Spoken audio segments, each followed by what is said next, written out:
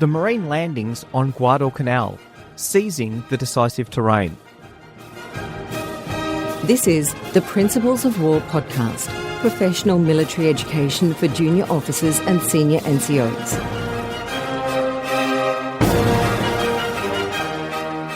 This episode, number 137 of the Principles of War podcast, will look at the US large-scale landings on Guadalcanal.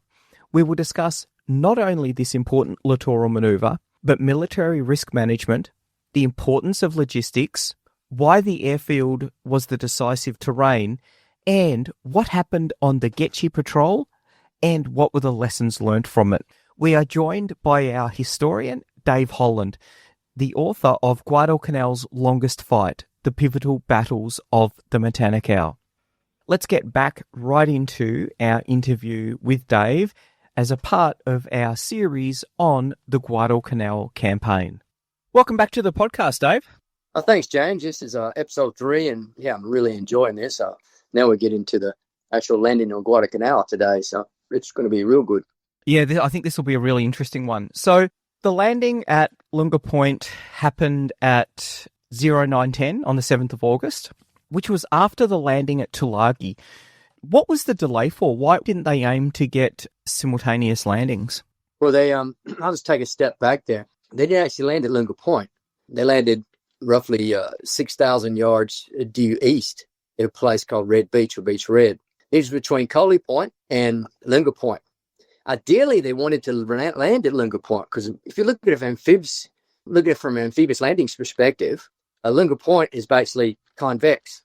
So if you're landing on a point, you're less susceptible to inflated fire from the sides. So if you land on a concave beach, then obviously you could be potentially inflated. And plus two, if you land at Lunga Point, if you look at a map of Guadalcanal, that's a straight shot to the airfield. There's no obstacles like rivers. I mean, it's just as soon as you land, you're there. Like 2,000 yards straight onto it. But their intelligence had predicted there's around 5,000 Japanese there, including a reinforced Japanese infantry regiment, which potentially dug in on Lunga Point with a machine gun battalion and a few other combat units. So they thought, well, if we land straight on Lunga Point, where they expect us to potentially land, it's going to be heavy defenses. So once again, as we spoke about last episode with Tulagi, we'll land where they don't expect us to land. So that was a gamble that the Vandegrift and his planners had taken, and it paid off, as we will see. So they landed about 6,000 yards due east. So it was a 1,600-yard beach. But to get back to the question, why was there a delay? Now, this is one of the questions that's really stumped me a bit. I've looked at all the resources I could. I could never lock down a definitive answer why they delayed it for 30 minutes. Now, it was planned. H hour was 08 at Tulagi, and 30 minutes later was going to be the landings on Guadalcanal.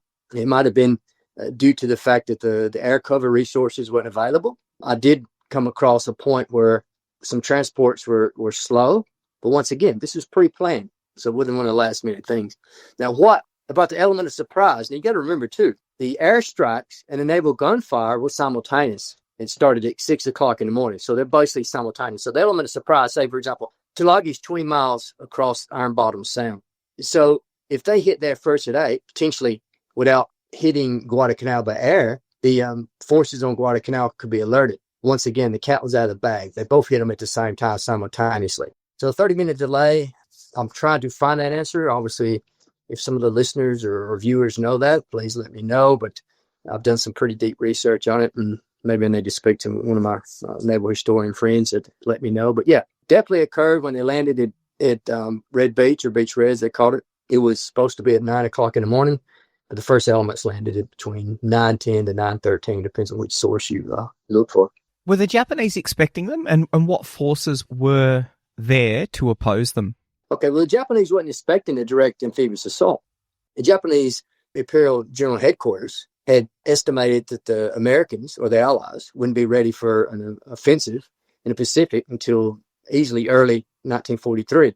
So you got to remember, Guadalcanal, the airfield at Guadalcanal was a staging base. Initially was designed as a staging base for Operation FX, which is the invasion of Fiji and Samoa and New Caledonia. But once that was canceled, they continued building it up. But it was such a large base. Now, they had roughly about 2,000 construction workers in the two units, the 13th construction unit and the 11th construction units. composed primarily of Korean. They're not slave laborers, but conscripted, and some were actually volunteered Korean laborers, with a sprinkling of Japanese engineers and some foremen in there. And plus, they had a couple of security companies of Special Naval Landing Force, roughly about 500 guys in both companies, spread out among those two units. And they had a number of anti-aircraft units there because the Americans had begun the bombing with the B-17s, flying out of Australia and Espiritu Santos, which is the New Hebrides, or Vanuatu as we know it now. They were there, but they didn't have prepared beach defenses like we spoke about Tulagi. It was more air defenses, anti-aircraft defenses. Now, some of the intelligence was coming back, Japanese intelligence was coming back, that a large convoy had left the western United States, troop convoy. They had started picking up radio transmissions, and the Japanese intelligence of the 8th Fleet, that Japanese 8th Fleet they're about, were basically sending reports back to Imperial General Headquarters, said, look, we think potentially they're going to invade. And actually named Guadalcanal and Tulagi. They said, look, we think they're going to hit here. Imperial General Headquarters said, look, this is probably just reinforcements, troop reinforcements to go to Australia, which Dad had been sending them there, and so the other islands. If it's anything, it's going to be like minor raids, and they'll just withdraw across the Pacific like they had been doing earlier, because they did some carrier raids and a few other raids. So they kind of said, it's nothing to see here. Let's move on. But once again, the Japanese some Japanese did think they were going to invade. But to answer your question, like I said before, the Americans thought there were at least 5,000 Japanese ready to fight. That wasn't the case. So what units were the US forces landing on Guadalcanal that morning? The last episode, we discussed what units landed at Tulagi. So that was under Brigadier General Rupertus. So Vandegrift took the bulk of the division, roughly about 11,000 men. So you had the complete regiment, the 1st Marines, they call them 1st Marine Regiment or 1st Marines in Marine parlance. That's the way they say it. And then you had 2 battalions of the 5th Marines. So you had 1-5, the way the Marines say it, 1-5. And you had 3-5. And then you had all the other specialist units associated with amphibious division. You had 3 battalions of artillery. So you had 2 75mm battalions and a 105mm battalion. And in fact, each landed battalion had a 75mm pack howitzer battery assigned to them, going straight on, and in the first waves, well, probably by the 3rd wave. But they had specifically a whole battery of 75mm artillery attached to that infantry battalion going in. And then you had the 1st Special Weapons Battalion, which had a number of M3 75mm half-tracks, anti-tank guns, anti-aircraft guns. You had the 1st Engineer Battalion, the 1st Pioneer Battalion. We'll talk about those guys in a second. There's specialist role. You had 2 companies of tanks, which you had the 1st Marine Tank Battalion, but had 2 companies, had A Company and B Company of M3 tanks. I know I'm missing a couple here, but yeah, it had a good combined arms assault unit going in. That's quite a balanced force, isn't it? Yeah, well, just like we think to talk about in episode 1 about how that division, amphibious assault division, was the first of its kind in U.S. history, but it was a whole combined arms division for that. So the commander for the Marines was Alexander Vandegrift. What was he like? Yeah, so Vandegrift, I think he joined like 1909, Marine officer. He did the typical Marine postings. He missed World War I because he'd assigned to Haiti. He was in the gendarmes. He was an advisor in Haiti. He was fighting at Cacos, I think, the way you pronounce it, probably mispronounce it, but the Haitian insurgents or Haitian rebels. So he was fighting down there and doing some insurgency, counterinsurgency roles in Haiti during the war. And after that, he went to Nicaragua. He went to China. He served in the staff. He had a good background with specialty staff and what typical Marine would have at the time. When the war broke out, he was the assistant division commander of the 1st Marine Division, and then soon took command of the 1st Marine Division. Now, Vandegrift as a man, he was described as a kind man, a pretty down-to-earth type of guy, very personable.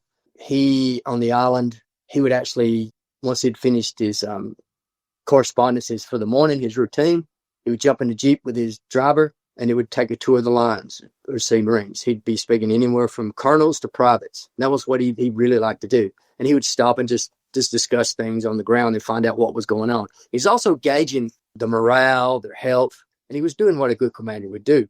And very personable. He would sit and talk with them, and people said they felt very comfortable around Smiling Jim, they called him. He was deaf, I guess, from these years of all the firing and the guns and stuff. And sometimes people would think he wasn't listening in command meetings, because sometimes when we'd go into command meeting, if he went by himself, he would come out and then his subordinates would say, "Okay, boss, what did they say?" And he really couldn't describe in detail what they said. So they've always tried to put someone in with him to actually be to get some of all the information.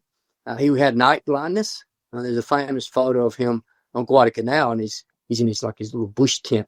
He's got his field desk. He's got his flashlight, or torches, they call it in Australia, right beside him. So everywhere he went, he had that flashlight and torch with him. And when he would do his rounds visiting the Marines, you'll see in the photos, he's always got a pith helmet or a sun helmet on, because he hated wearing his steel pipe because it gave him a headache.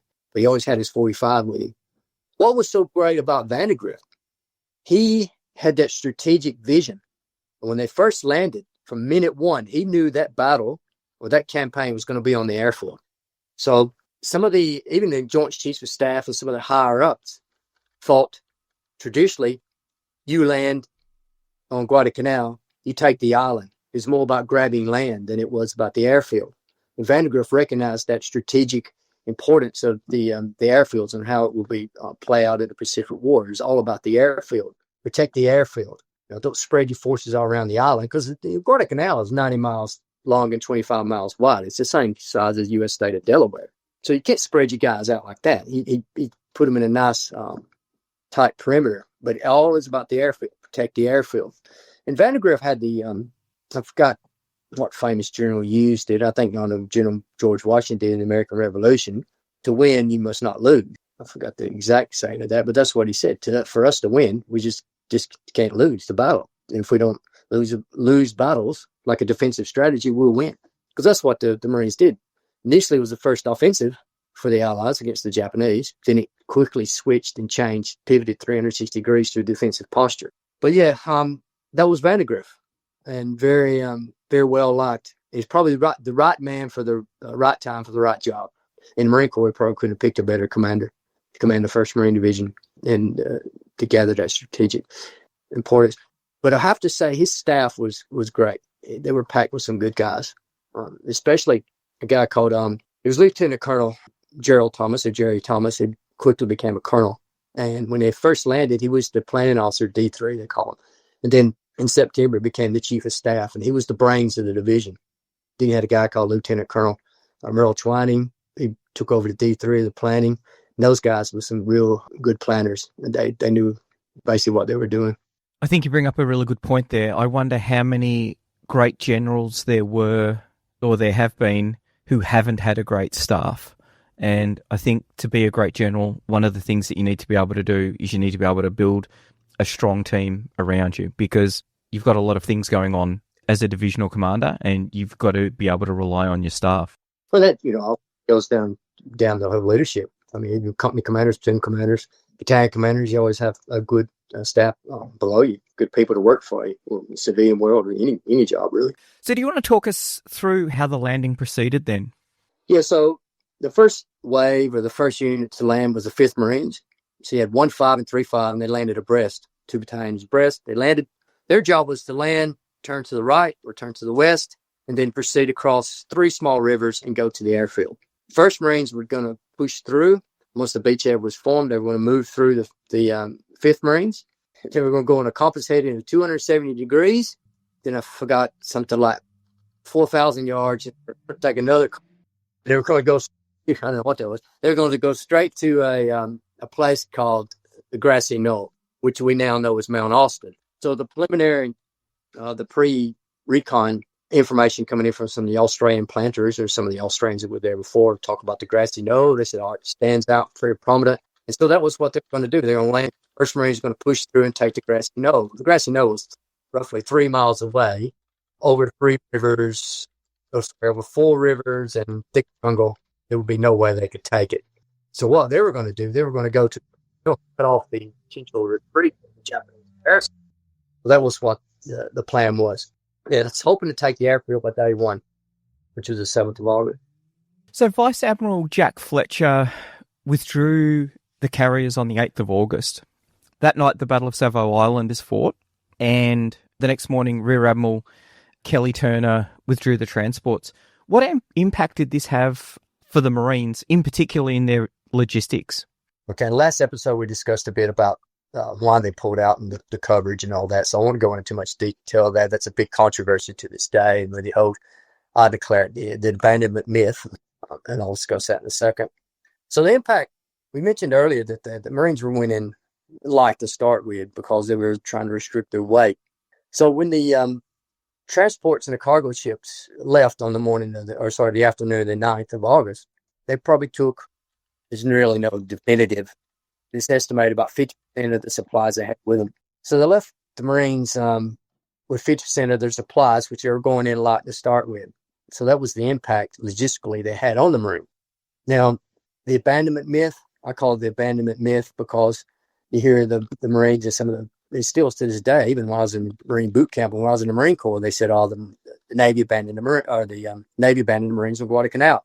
But every time we're involved in an amphibious invasion from now on, just be careful because the Marines the Navy would leave your rear behind. That was what was always told. And we just believed it. It wasn't until I started studying the Battle of Guadalcanal, the campaign of Guadalcanal, and deeply that I'm thinking, well, this is not the case. Did the Marines have a right to perceive that they were abandoned? Yeah, they did. A lot of them didn't know. Some of them didn't even know the losses on the Battle of Savo Island until after the war. They just know one day that the Navy was there, next minute they're going to go, well, where's their food? All the Navy left. Well, they left us. But abandonment means to completely leave someone and never come back.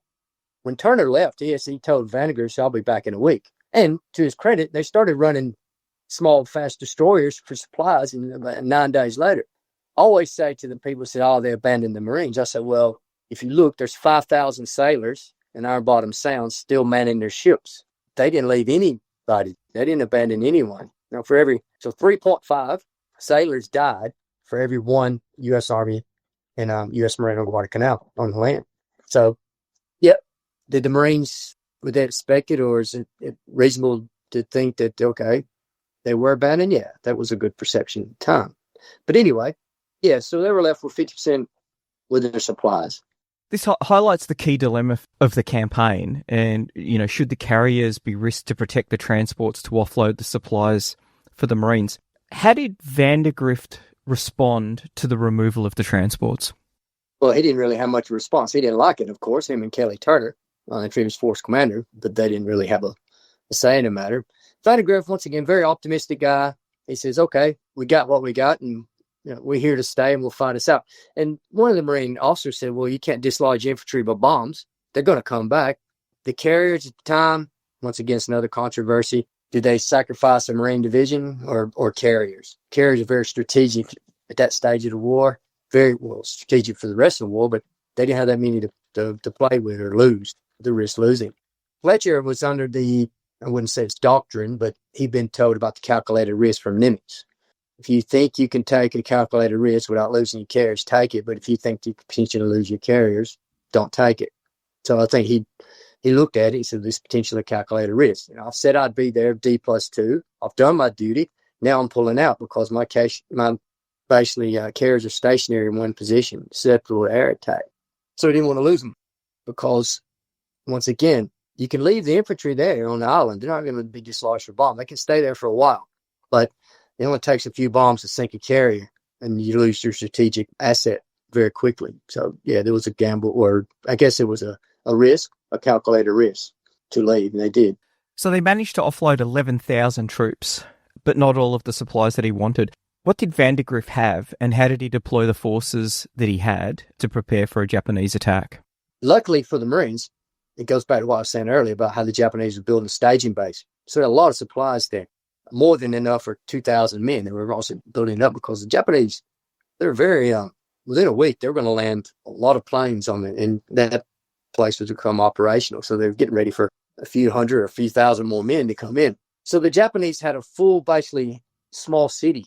They had their own ice plants, power plants. They had hangars. They had hundreds and thousands of gallons of fuel. They had, but more importantly, they had all these airfield construction. So bulldozers, rollers, trucks, everything you need to build an airfield. The Marines were only offloaded one bulldozer. And I think they call it Old Faithful. They got a lot of work out of it. But they used a lot of the Japanese equipment, a lot of Japanese food. You had rice, you had canned food, you had all kind of stuff. You had matting. So once again, the Marines were going to form a defensive perimeter. So they didn't really arrive with a lot of tools. They call them trenching tools. So sandbags, shovels, picks, barbed wire. They all offloaded 28 spools of barbed wire. So they used a lot of these Japanese rice bags as sandbags. So they improvised quite a bit too. So the Japanese stores really, really assisted Vandegrift and more importantly, assisted them in building and completing the airfield. They had the airfield completed by the 16th of August. So the Japanese had built about a 36 or 3,700 foot airfield. They started from both ends, and there's only a small portion in the middle that was uncompleted. So the first Marine engineers actually completed it. Then the Seabees, we'll talk about later who they were, they landed on the 1st of September and built it up more. So the way that Vandegrift deployed his forces, they had 4 points after they landed, 4 things they had to achieve, 4 major points. The first one was prepare his defenses for amphibious assault. Because on the 7th and 8th, the Japanese had started to do some counterattacks. They had 3 air raids in 2 days, and they also had the Battle of Savo Island. So they had some fierce counterattacks. So Vandegrift and his planners were expecting a major amphibious assault. And the major amphibious assault was going to be on Lunga Point. They were actually getting some reports in Rabaul that there was some armored landing craft being I think, put in ships, and they were heading their way. In fact, on August the 9th, in the Battle of Savo Island, some of the U.S. transport ships had been moving back and forth unloading supplies, and the Marines thought the Japanese were landing. In fact, I think it was 2-1 or 1-1 actually shot up some of the boats coming in, and they had stopped them. They go, we're not landing. So their main concern was amphibious assault. So what Vandegrift did, on Lunga Point, he put his main defenses. So he put his 2 infantry regiments there. He refused both flanks, one at Cookham on the west flank and one on Alligator Creek or the Illu River on the right flank. So he refused it. So he basically had about a 3-mile coastline, and they both sides pulled back about 2,000 yards. It's like a little horseshoe shape. And then on the beaches, they put 37 millimeter anti-tank guns, ran-top boat defense, had 50 caliber heavy machine guns, 30 caliber heavy machine guns, 30 caliber medium machine guns.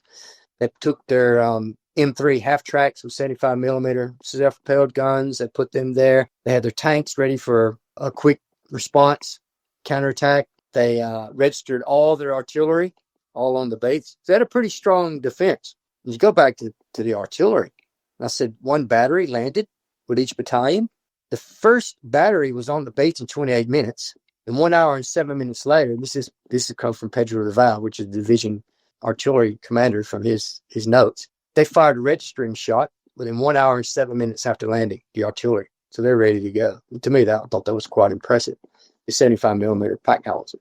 So the 4 key things you had to do. 1, you had to build up the defenses. 2, remember 6,000 yards to the right was still all their supplies. I'll talk about the supplies in a second. But they had to get all their supplies into the secure perimeter. So that was a major key job they had to do. Because them supplies built up on the beach was susceptible to air raids, or they were thinking potentially a commando raid to take them out. So either whatever supplies that offloaded, they had to move them in. The 3rd, they had to complete the airfield. And the 4th, they had to do active patrolling to try to find the original garrison. Because when they landed, the original garrison, and the Captain Monson, they gave them orders. It said, okay, I want everyone to flee to the west, to Matanicow River, to our defense line, grab 3 days worth of rations or whatever, and take off. That's what they did. But they didn't know where the original garrison was. And plus, remember, their intelligence said there's 5,000 Japanese here, and they didn't really come across any of them. So they're trying to find them. Now, we'll go back to supplies. Beach Red is a great beach, great landing beach, a red beach, but it's shallow beach. A lot of these supplies landed on a shallow beach. The Marines would conduct a lot of landings after Guadalcanal. What were the key lessons that came out from these first littoral operations, so both Tulagi and Guadalcanal? Go back to Lieutenant Colonel Twining, division planner, very smart guy. He said the number one thing about the number one lesson they learned, especially with logistics, is serialization. They had learned how to serialize the cargoes. He said it may not sound important, but he said that was the most important thing they learned and how it come to fruition in all the later campaigns.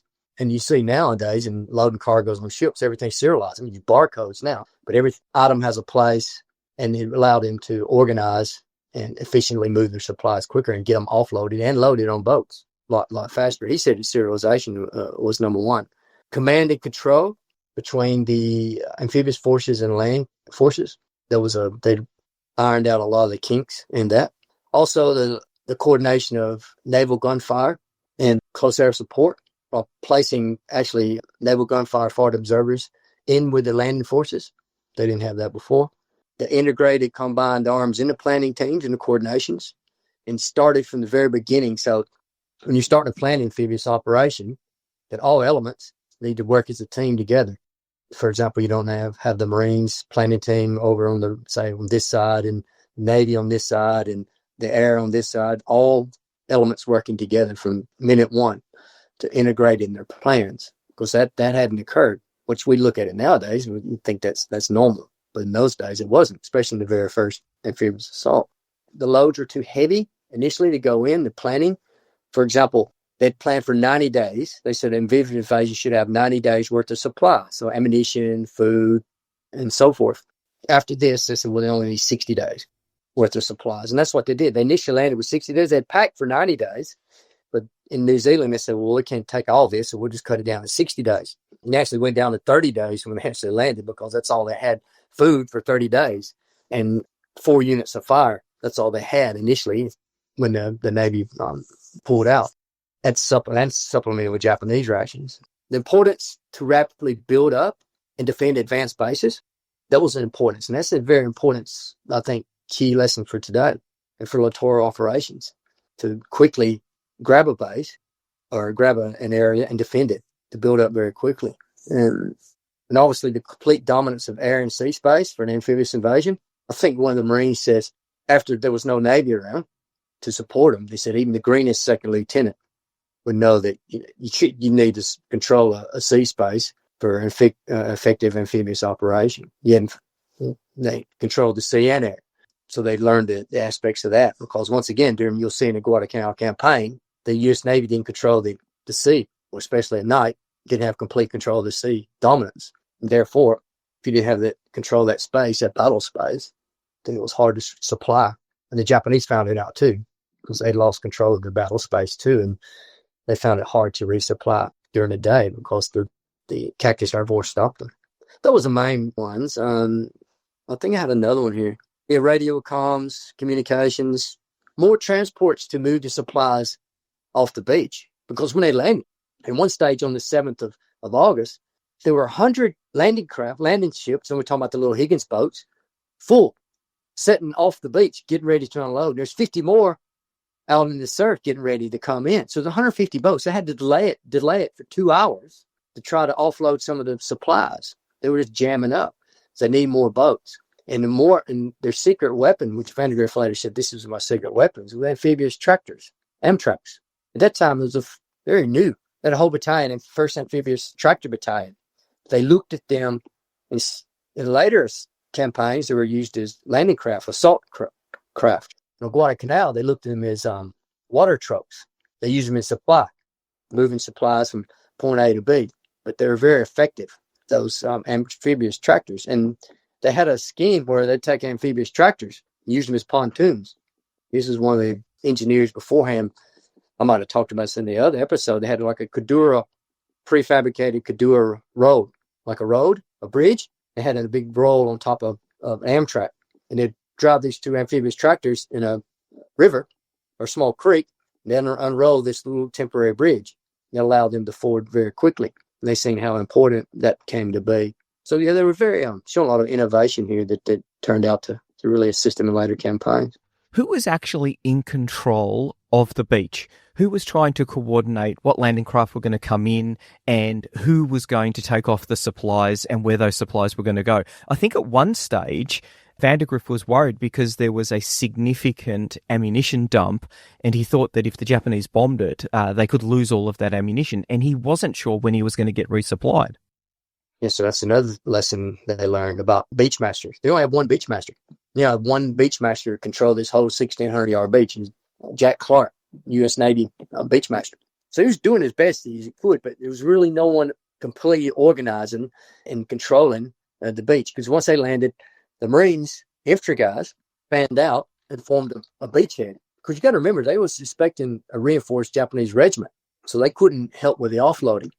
There was a specific unit made for this landing support battalion, and they were called the First Pioneers. They were part engineers and part landing support battalion. So it was 450 of those guys. So they were supposed to assist. And then you had some of the beachmaster party, but it was I think it was like 30, 40 guys in that. They were supposed to set up the signal flags in the sector, it basically fell apart. And boats would just come in, unload, dump it in a big pile, and take back off. That was basically how it went. And there was not enough people to help unload. You got to remember, there's no docks there. They had no rollers, which you see them in the later campaigns. We could just, if you've seen like some of the warehouses, modern warehouses, you got like little tracks with rollers on it, and they can just roll boxes straight off. They didn't have anything like that. You see them later in the campaign, but nothing like that. It would just, and then a lot of these landing craft didn't have ramps, so they're just throwing this stuff straight over. Some of the stuff was hitting the surf and floating in the surf, and it's piling up, and it was a big mess. It was a big cluster, basically, what it was. So a few days later, the 12th of August, we have quite a famous patrol, the Goettche Patrol. Do you want to talk us through what the Goettche Patrol was? Yeah, so Goettche is lieutenant colonel, later colonel. On the 28th of July, he became colonel. You see some of the reports. He was in Australia. He was the division intelligence officer. He was lieutenant colonel. And then I always wondered, because there's a famous picture of him when he's on Guadalcanal. He's got colonel, got eagles, got colonel insignia. But I'm reading all these primary reports in July that he's signing off lieutenant colonel. I said, well, how does that work? And then I came across a report where on the 28th of July, there was a message on the ship that him and about 3 other guys were promoted from lieutenant colonel to colonel. A week before he landed, he was Colonel Goettche. So Goettche was the division intelligence officer, famous former football player. I think he was going to be recruited by the New York Giants, which is a professional football team, but he remained in the Marine Corps. Big fella. And Goettche, when they'd landed, all his estimates said there's 5,000 Japanese here. When they get there, they can't find them. So Goettche was a guy who always led from the front. And he kind of was very aggressive guy. I think he was losing a bit of face from the reading the accounts and the reports and some of what the other officers were saying, because they go, well, where's these 5,000 men, Goettche? We've got 5,000. Your intelligence is supposed to be great. What's going on here? So there were a number of Japanese laborers who escaped to the jungle. A lot of them with the security forces, and some of the Japanese laborers headed to the Guadalcanal west. But a lot of these Japanese, like I said, there was over 2,000 of them. It just spread all over the place. So they're aimlessly walking around in the jungle and the hills all around the airfield. In the first few days, Marines unfortunately killed some of these Koreans, thinking they were Japanese, and shooting them on sight. Then they started working out these are Koreans, laborers, not Japanese soldiers, and they started capturing them. Then, of course, on the 11th of August, they captured one Japanese laborer, but there was another guy with him. They described as a sullen man. He was a warrant officer in the Japanese Naval Landing Forces. So they get him in. They captured him. They brought him in. He wouldn't say anything. So they tied him to a tree in the sun. I wouldn't say torturing him, but questioned him. And then they gave him some brandy. Gave him a lot of brandy. Then he started singing like a bird. Anyway, he told him, he said, look, there's about 1,000, I think, Japanese on the other side of Point Cruz, which is about 6 miles to the west, past the Guadalcanal River. They want to surrender. Then they said, okay. And it roughly earlier to that day, the Marine Patrol had went to the Guadalcanal, and there's some fire, and they'd been running patrols through there, and they took some shots in the Guadalcanal, and this is some guys here that want to fight. So they're coming back. But at Kulkum, the Marines had captured an anti-aircraft gun. So they test firing it and shoot it out toward the Guadalcanal, which is 5 miles out. And then they thought they seen a white flag, what we think it is now. And the white flag was just a normal Japanese flag, with the red circle in the middle. And they just seen the white flag. You got to remember, this is before they knew the Japanese would generally never surrender, the common belief and common knowledge, they don't surrender. They didn't think about that. They think they potentially might surrender. So the information got back to Goettche. They said, look, we've seen a white flag. We've got this warrant officer saying there's over 1,000 Japanese who want to surrender. And Goettche goes, oh, okay, here's my garrison potentially. And, here's my chance to just look good and do good and finally clear this island of the Japanese. So there was going to be a patrol by a guy called First Sergeant Custer. He has not a direct lineage, but he was actually lineage to the Custer the little bighorn fame, Stephen Custer. But he had organized a patrol or a constant patrol, and he had some combat guys on it, and they were going to go in and infiltrate and look over the Matanacal, because of the reports from the early patrols that there's some fighting at Matanacal, some pretty tough guys there. Don't go there. In fact, there's a guy called Colonel Bill Whalen, who was the executive officer of the 5th Marines, that told Goettche, he goes, just avoid the mouth of Matanacal. That's a hornet's nest there. Just avoid that area. Yes, sir. I will. No problem. So what Goettche did, he thought, well, here's my chance. So what he's done with Custer's patrol, he's pulled a lot of combat guys out and added his own specialists in. And some of these specialists will blow your mind. One was a guy called Pratt, Dr. Pratt. He was the regimental surgeon. It fought in the First World War and earned a Navy Cross as a Navy doctor with the 5th Marines, actually in the First World War. So he was a bit old, but he was going to go because they thought, oh, we got all these prisoners, going to need a doctor. I guess corpsman's not good enough.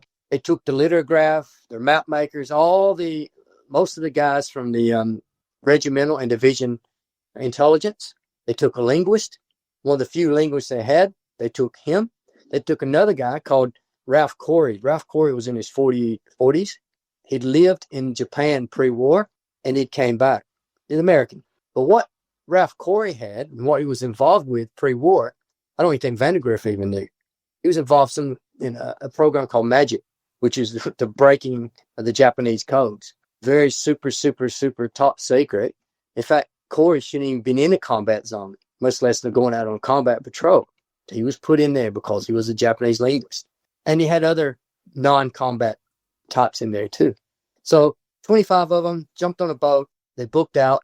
I won't go into a lot of detail because it make a whole episode. Well, I'll have my episode on the Goettche Patrol. Anyway, they left on the 12th of August. So instead of landing, they were going to land on the other side of Point Cruz. For some reason, whether they got lost or disorientated, they landed 200 yards due west of the mouth of Matanacal into the Hornet's Nest. So they landed there. They landed actually 200 yards out. No, they landed 200 yards from the mouth, about 100 yards out, and was hung up on a sandbar or a coral shelf. The boat went back and forth, making all this noise. So the Japanese were waiting for them. So they landed them. The boat took back off because Goettche said they didn't need the boat, didn't want to wait around, just take off. So Goettche, 2 others walked in to find out where they were at, and they walked straight into their ambush. Goettche was basically killed automatically, and the rest of his men was pinned down on the beach. And over the course of the night, they sent 3 Marines out to try to get help. One died at the mouth of Matanacal. The other 2 started swimming back. And then when morning time come, they didn't have a radio. They didn't have anything. So morning time come, there's only 3 survivors left, and they try to make a run for it. 2 were shot down, and a guy called Frank Few managed to jump into the ocean, strip down, and swim back. And by the time he got back, the other 2 had made it, and they said, look, the Goettche is getting hit up there, so they're forming up a relief party. By the time Few got back, he said, they're all dead. So that, and then when they did find a relief party, it was the first Battle of Matanacal and a few other things. But the state of the bodies, when they did find them, and then Few actually said, when he looked back, he could see them being bayoneted and chopped up and things like that, and killing the wounded. So that got back. And then when the first patrols went up there, they seen the mutilated bodies in all kind of different forms. And that word got back to the division. So that kind of set the mindset. Because you got to remember, the division was very young. I think the average age was about 19 for the division, compared to, say, U.S. Army with 26. Because at this stage, all these guys were volunteers, and most of them were filled up with a lot of the war or the Pearl Harbor guys at 17, 18 years old that joined. So they had that whole teenager impressionable mindset. So the word got back. The Japanese not taking any prisoners. They're butchering us. We take no prisoners. That's the way they want to play. We'll play the same way. These bastards. They fight dirty. They're just ruthless. And plus 2, they thought that the Japanese had set them up. Oh, it was a white flag. They set us up. Oh, the Japanese prisoners gave us a bad information because they took the Japanese prisoner along with them. In fact, when they started to land at that area, that Japanese started saying no in Japanese. Don't land here. Don't land here. You got the wrong place, because he knew what they were going into. They actually had him had a rope around his throat on a leash like a dog, so he wouldn't escape. So when the first shots fired, there's a guy called Staff Sergeant Caldwater. He fired one shot with his .45 into the Japanese head.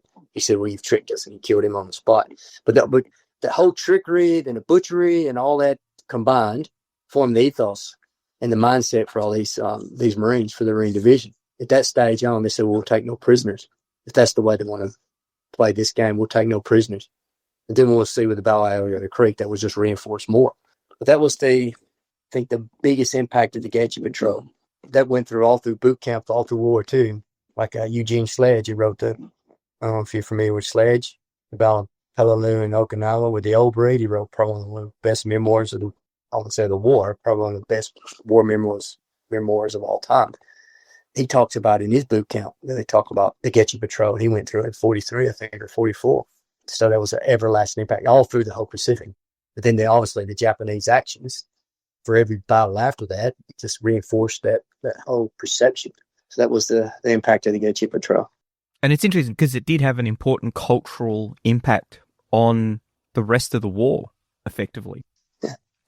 What were the maps like? So, because when you look at Point Cruz, it would be difficult to miss Point Cruz.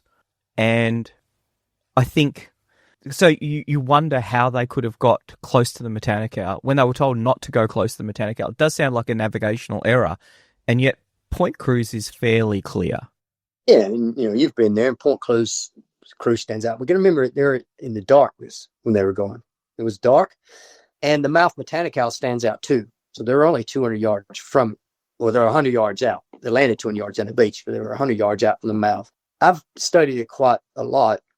I'd only think that they were potentially lost in the darkness, and the coxswain of the boat was moving close to shore, trying to find his bearings, and they seen the mouth Matanikau, and Goettche probably said, let's just land here. Or they're getting close, and they either that or they've hit that sandbar, seen the Matanikau, and then a bit of lost patience because they're already behind, like hours behind their expected landing, because they left Cookham for boat base, naval operation base Cookham. They left, and then about 6 o'clock at night, right when it's starting to get dark, and then they seen a flare of light and they had to come back. It wasn't for them, but they lost another hour, an hour and a half. So they're behind the schedule. Maybe a bit of impatience with Goettche, because he was a very impatient type of guy. He just always wanted to just take action without potentially thinking a lot. That was quite commonly said about Goettche. Very, very super brave man. But yeah, I just think he just was a bit too aggressive. I think he just lost impatience and said, let's land here and we'll go in. When you think about the risk assessment for that action, a force of 25 were going to pick up 1,000 prisoners. And exactly. And that's another question. Was that the arrogance or the naivety? They think you're just, okay, I've got 25 men, got one doctor, I got one linguist. And unfortunately, Goetche's not here now to tell us what he was actually thinking. He kept a lot of it to himself, or their plans. He didn't write anything down, what they had planned to do, and he didn't tell anyone really what his full-on plans. I think he was potentially going to find them, verify it, and then go back and obviously get more supplies and get more men and things like that. I think he just wanted to actually verify that what he was saying was true. Because initially it was going to be a reconnaissance patrol under Custer. And then once Goettche got this other information, then he basically took control of it. And I think, well, we'll just keep the reconnaissance patrol, but we'll go out and see if we can find these 1,000 men. And then once we find them, then we'll come back. Yeah. It is a bold plan. Yeah, very bold. Excellent. Well, thank you very much. Dave's done a fantastic job of bringing out some of the lessons learned for the landings at Guadalcanal. There's a couple of things that I would add. Firstly, there's a bit of advice for officers early on in their career who think that they may be struggling. And this is from the example of General Alexander Vandegrift. Firstly, in 1909, he wrote a paper, Aviation, the Cavalry of the Future. So that was in 1909. The Wright brothers had only flown in December of 1903. So aviation very much in its infancy, and yet he was able to extrapolate out to the important role, the critical role that aviation would play in future combat operations. However, his first assessment, when he was still at the Marine Officer School, he was rated as not good. And these were the remarks that the commander of the Marine Officer School wrote. This officer has not shown that he appreciates the responsibilities of his position as an officer, and unless there is decisive improvement, his relations will not be to the advantage of the service. He obviously worked on that. He received in his next assessment good and tolerable. Tolerable is probably not the best way of being described, but it's definitely trending upwards. And his next one after that, he was rated as excellent. He did sterling work as the commander of the 1st Marine Division on Guadalcanal. He would go on to be the Commandant of the Marine Corps, which is a 4-star position and part of the Joint Chiefs of Staff. The other lesson I think to reflect on is the planning and risk assessment around the Goettche Patrol. I think it's important to look at what the mission is and to ask yourself, do I have the resources to be able to do this? What are the likely tasks that are going to fall out of it? They were expecting quite a large number of Japanese that were going to surrender. To manage the number of prisoners, they increased the number of people who spoke Japanese rather than thinking about potentially the risk of running into combat. But it's important to admire Goettche's initiative, definitely his bravery. Had they been able to pull off that mission successfully, it would have been a huge coup for the Marines. And the last point of that, I think, highlights the fact that the Marines were only just getting to know their enemy. They were unsure of the culture of the Japanese that they were fighting. And this is why those initial lessons learned when fighting a new enemy are absolutely critical. We'll leave it there. We'll be back next week with the Battle of the Tenarue. The Principles of War podcast is brought to you by James Ealing. The show notes for the Principles of War podcast are available at www.theprinciplesofwar.com for maps, photos and other information that didn't make it into the podcast. Follow us on Facebook or tweet us at Surprise Podcast. If you've enjoyed this podcast, please leave a review on iTunes and tag a mate in on one of our episodes. All opinions expressed by individuals are those of those individuals and not of any organisation.